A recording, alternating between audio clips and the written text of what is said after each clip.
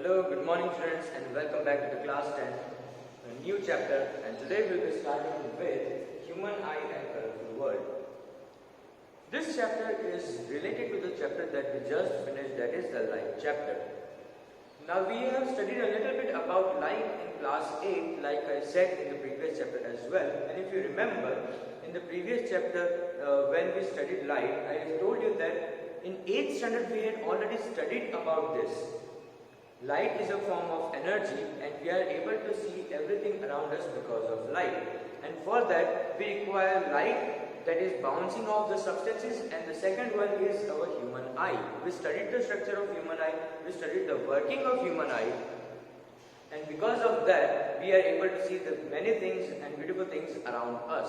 So in 10th standard that one chapter has been split into two. The first part was the light chapter that we studied about reflection and refraction, but in the second part we will be focusing on human eye and everything around us that we observe.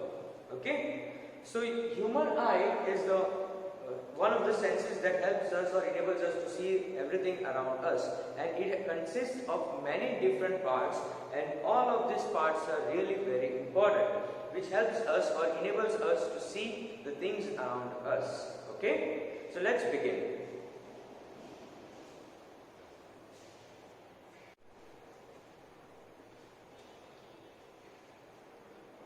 So human eye. Human eye is a spherical structure which helps us in seeing the world around us, and we'll be looking at this very closely, okay, and understand how the structure can be drawn, and you can, if the question is asked in the examination, you can easily draw the structure of the human eye. Okay, first of all, like I said, it is a spherical shape, so like this. Okay, second is drawing the very front part of the human eye, that is like this, which is known as cornea. So the cornea is a hard front part of the human eye which is transparent. Okay, from this the light enters inside the human eye, and it is hard because it has to protect the very important and delicate components inside the eyes. Okay, so it's like glass. Not as hard as glass, but it works the purpose of glass. It is transparent, see-through, and it is hard. Okay. The next part inside the eyes is iris. Okay. Over here we have iris. Iris is the black diaphragm or muscular structure which allows the light to enter inside. Okay. So iris can be change its shape according to the light entering inside. We will come back to the working, but let us first understand all the parts. So the front part is cornea. Okay, the next part is iris. After that we have a natural convex lens. We just studied about the lenses, right? And over here we have inside our eyes natural convex lens. It is really very soft and it is a jelly-like substance. Okay.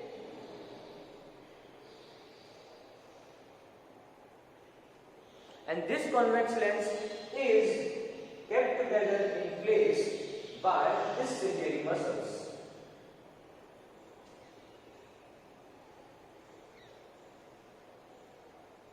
These ciliary muscles actually hold the lens in place.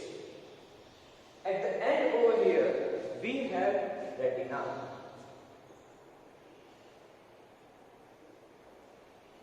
Okay, and on this retina the image is formed. Okay, it's like a screen, and from this image, from this retina, the image is transferred to the optic nerves, nervous system, optic nerves, which take the image to the brain. Okay, the signals to the brain. Over here we have optic nerves.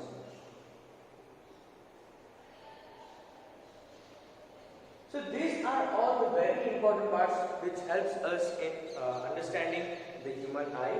And over here we have transparent liquid, watery liquid, which helps us in maintaining the medium. It is not hollow. Okay, it is filled up with liquid. Over here also we have, in this case after the cornea we have aqueous humor, and over here we have vitreous humor.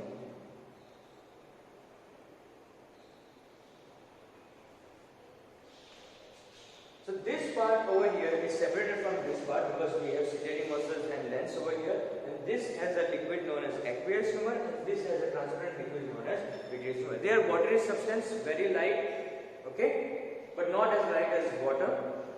It has some sort of solidity, but the important thing is it is transparent, okay, and our eye is not a hollow organ. Something is filled inside it. I hope it is clear to you, students. Now we move on to the working of the human eye. So the light enters from the very front transparent part of the human eye, okay, which is known as cornea, and this light then enters over here and passes through this iris, okay, and iris maintains this gap. Iris can change its shape and allow the light, how much light it wants to let in. So this gap over here from which the light enters, you can say a sort of gate. Okay, this is known as pupil. This gap over here is known as pupil. From this gap, the light enters inside and then it falls on our natural convex lens. Now we know that convex lens is a converging lens. It makes the light meet together, okay, at one single point. So all the light from this convex lens falls on the retina over here like this, and the focus point is on the retina. The light is focused on the retina. So all of the light that enters from this cornea and then pupil, it falls on the lens, and on the lens it is focused on the retina. They converge together on the retina. On the retina we have cells, very important cells. What does these cells do?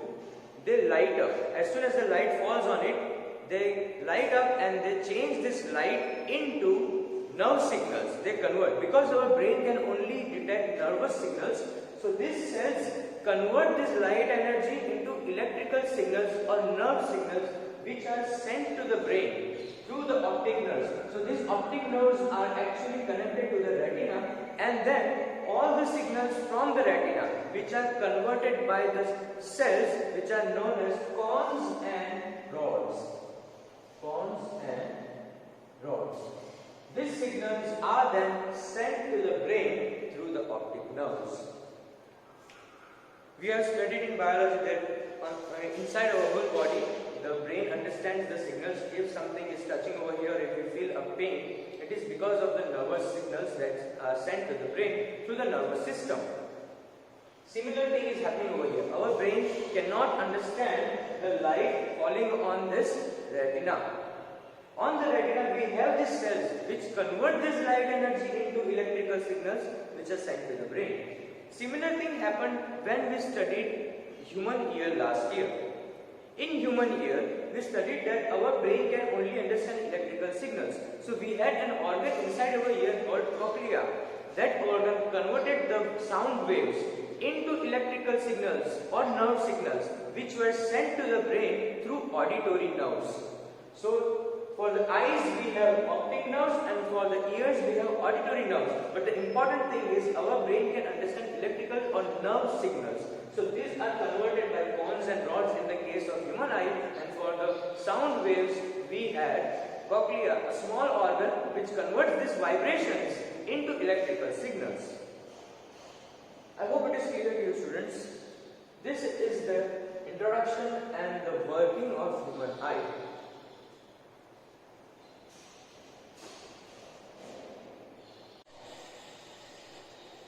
Hello. Okay, students. So we just studied the working of human eye, and like I said, over here we have iris. So there is a whole eyeball, and in front we have iris, and the covering of iris is the cornea. Now how does iris look like? So from the side you can see that this are the two muscles and this is the gate. But from front, when you see it, iris looks like this. This is the iris or the black part of your eyes.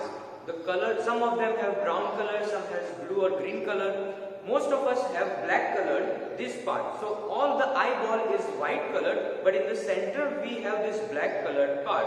This part is our iris, and in the center of iris we have a small hole. This hole is actually the pupil, and the transparent part, that is the cornea, is actually the front part covering the iris over here. Iris and pupil covering is the cornea, which is hard. Some of us wear contact lenses. We wear the contact lenses to get rid of the glasses on the cornea. We wear the contact lenses on the cornea. Okay, it is transparent front part. Inside we have iris, and in the center of iris we have pupil. So the light enters from cornea, it falls on the iris, but it enters through pupil. And behind the pupil, if you see over here, we have the lens, or if you see from this side, the pupil is like this, light enters from this side, and over here we have the lens. I hope it is clear to you, students. This part is the iris. Once again, this is the pupil. Now, the working of iris, why do we need this? Why can the light directly not fall on the lens?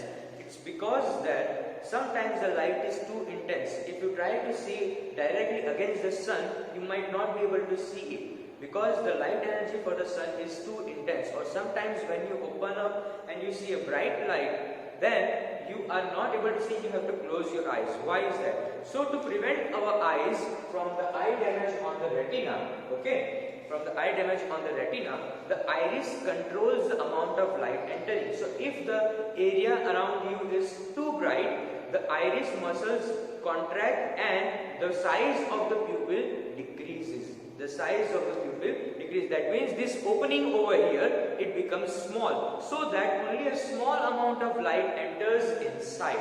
And when you are entering into a dark place, okay, if you might have observed this sometimes when you are going out in a hot sunny day, and when you enter inside the house quickly, at that time you will see that you feel everything around you is dark. It takes a little moment for you to adjust, okay.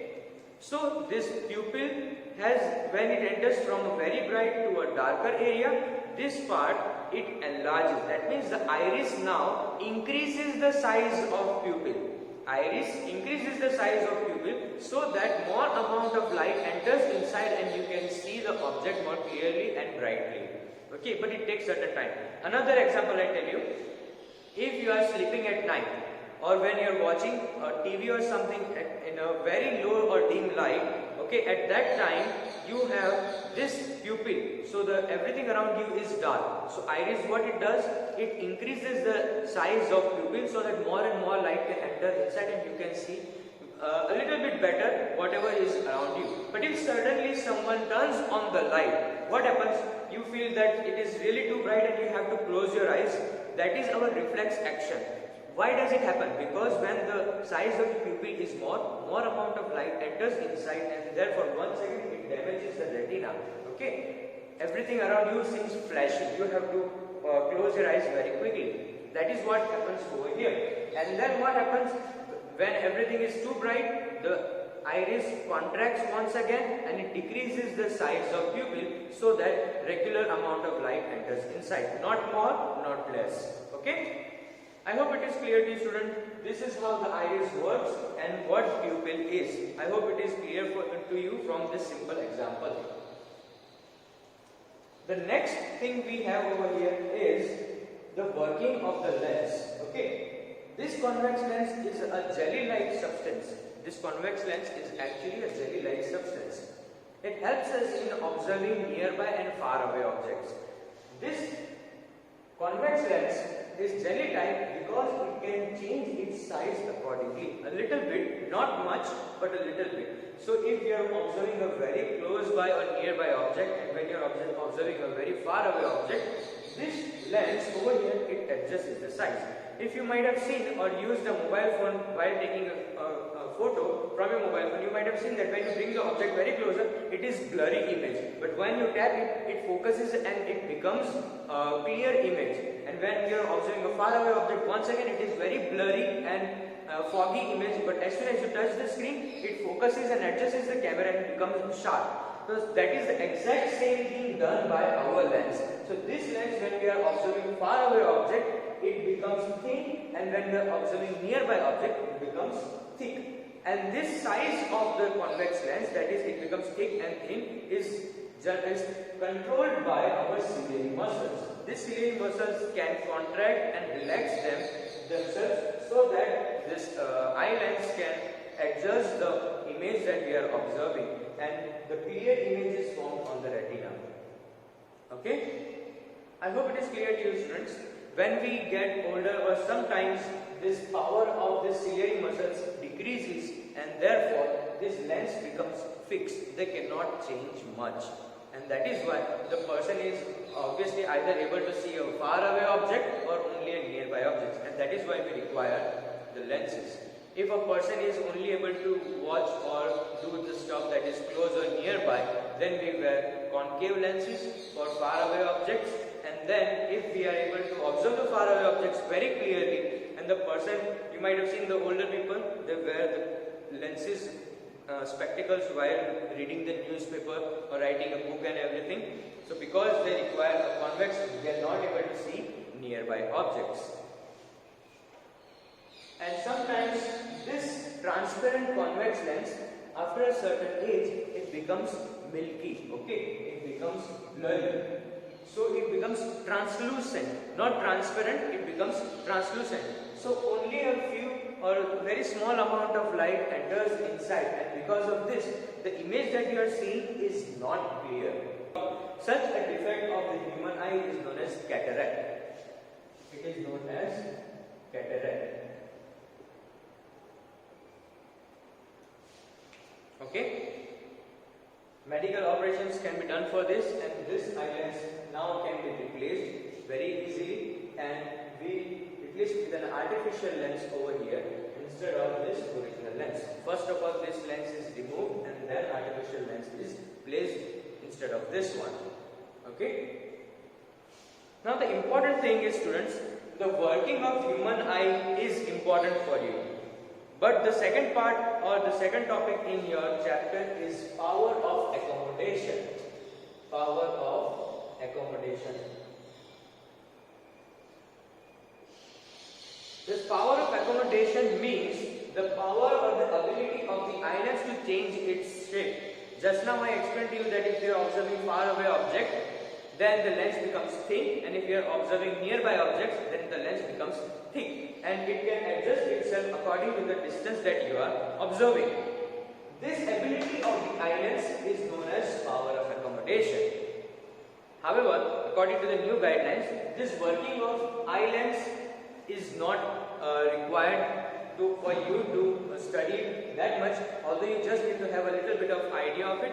It is not going to be asked in the examination.